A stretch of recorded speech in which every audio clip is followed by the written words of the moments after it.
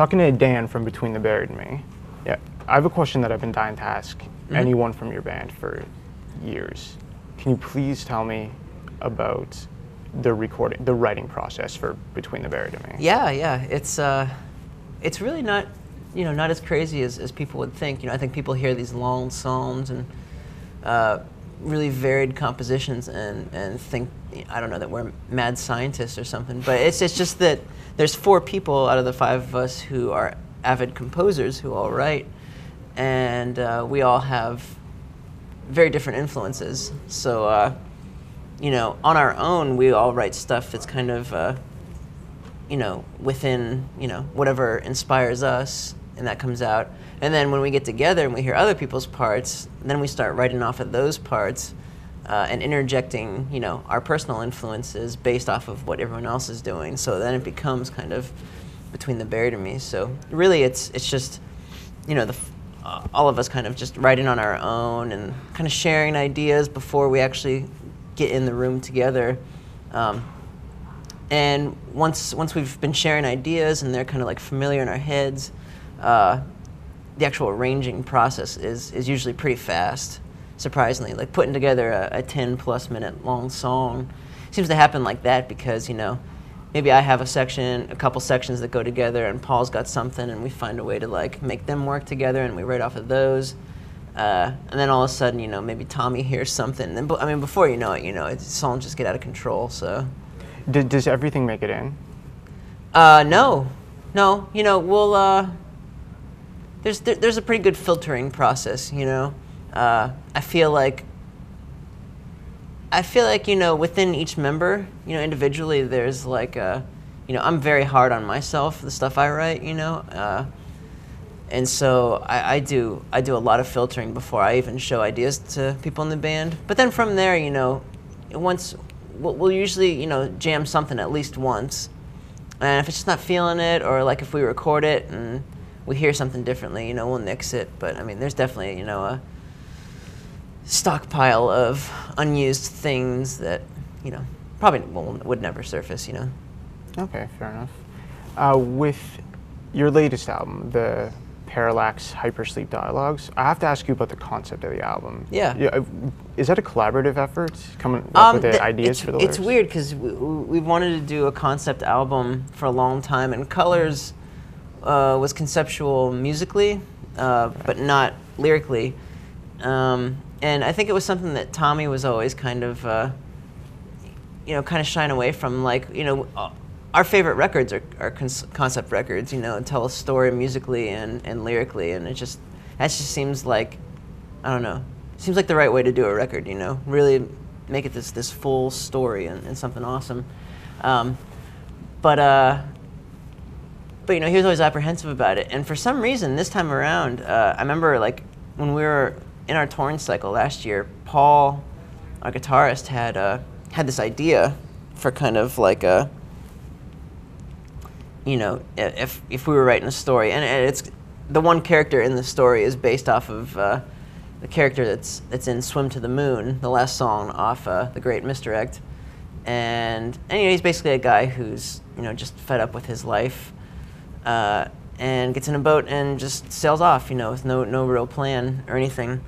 And this record kind of picks up with him, ending up on an island, just inhabited with all these weird creatures and things. And at some point in the first song, it pans to this other character who's, kind of living in, millions of light years away, just in some, kind of like parallel existence to the guy who's on Earth.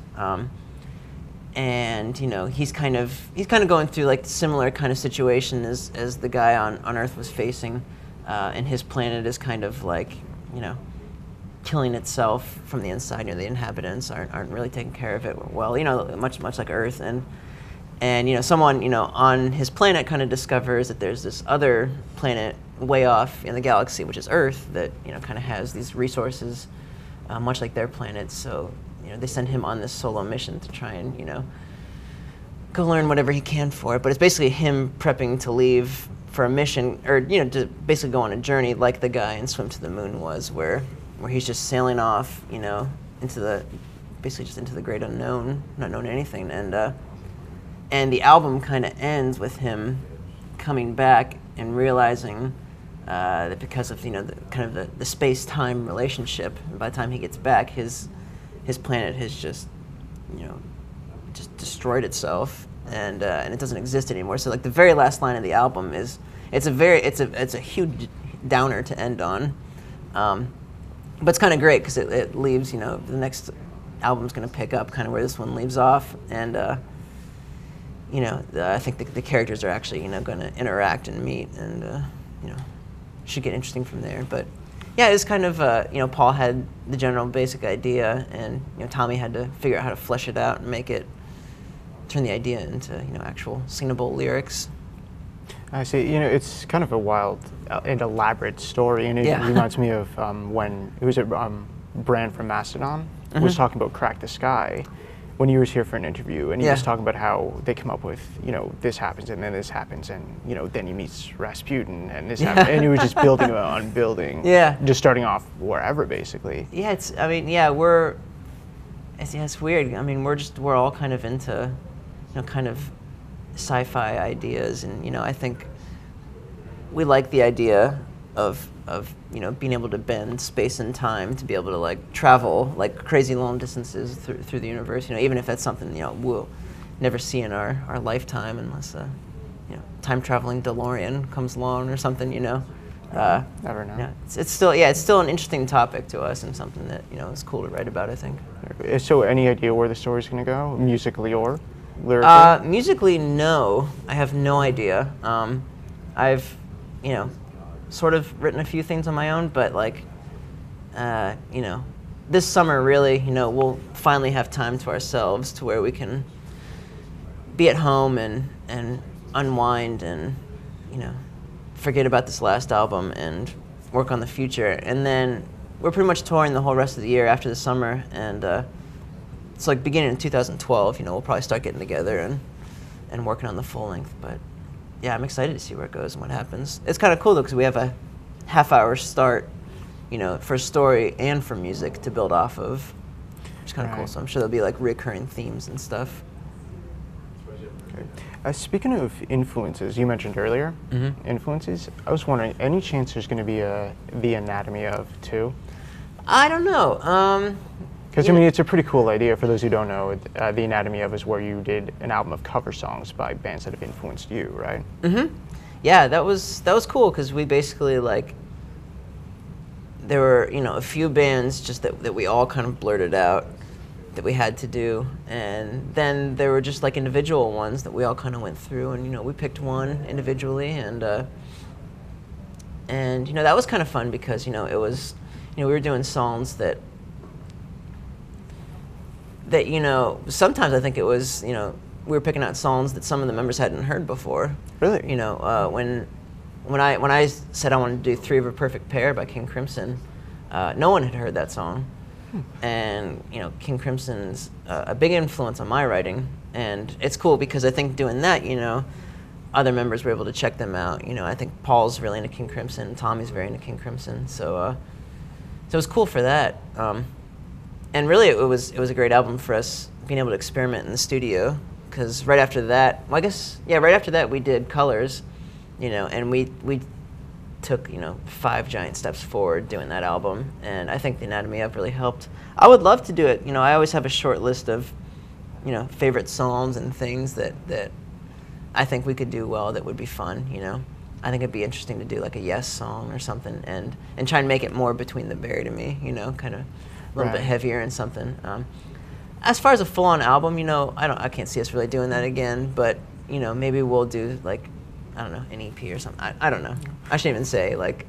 No, it's all speculative, but who knows? Well, yeah, I'll ask you a purely hypothetical question. Yeah. If you, not the band, just you, had your own The Anatomy of album, EP, full length, whatever pops into your head, what would be on it?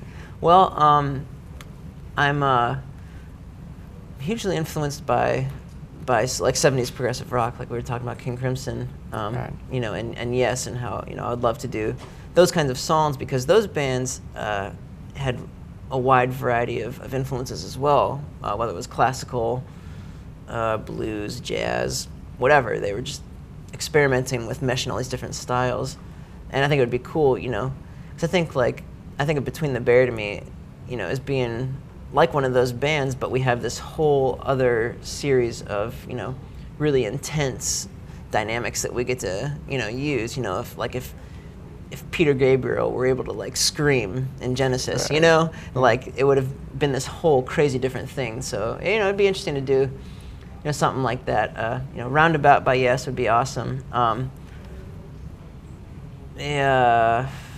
Return of the Giant Hogweed by Genesis, that's on their album Nursery Crime, is something I've always wanted to do.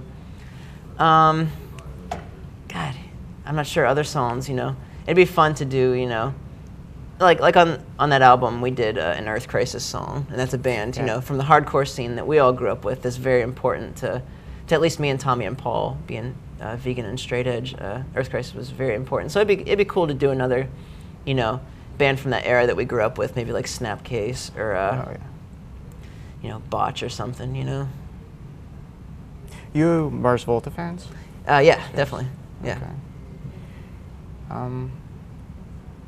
All right, just one last question, actually. If you could put together a dream tour, including Between the Buried and Me, what would be the lineup? Well, I guess before the interview, we were talking about the Progressive Nation tour in 2008, Yeah. and I mean, I just want to say that was my dream lineup. yeah, that for was tour, basically. that was pretty close to it for me. Every day was pretty surreal because we would play and pack up really quick, and then, you know, run out to the theater and just, you know, sit down, because usually there were seated theaters, and just watch Opeth, hang out, and then just watch Dream Theater. And it was just like, it was crazy. It was like the most fulfilling nights. And the tour flew. It was the easiest tour, and it was so much fun. Yeah, it's hard to put together a tour, you know, that would be better than that. I mean, we have so many, you know, like on this tour we're on right now, you know, we get to bring out our friends in Job for a Cowboy, and we didn't know the Ocean, but we've liked the Ocean, so it's cool having them out. So, you know, there's always like, there's those bands that we love that we're influenced by, you know, that it would be fun to tour with, like Mars Volta, like you were saying. That'd be wild. Yes. But also then there's just like great friends of ours that like, oh my God, it'd be great if we could just put all of our friends together and go out on tour, you know? Yeah. So. Okay, cool. Well, thanks so much for coming Yeah, in. definitely. Great talking Thanks to for you. having us. Explore Music wears English Laundry apparel.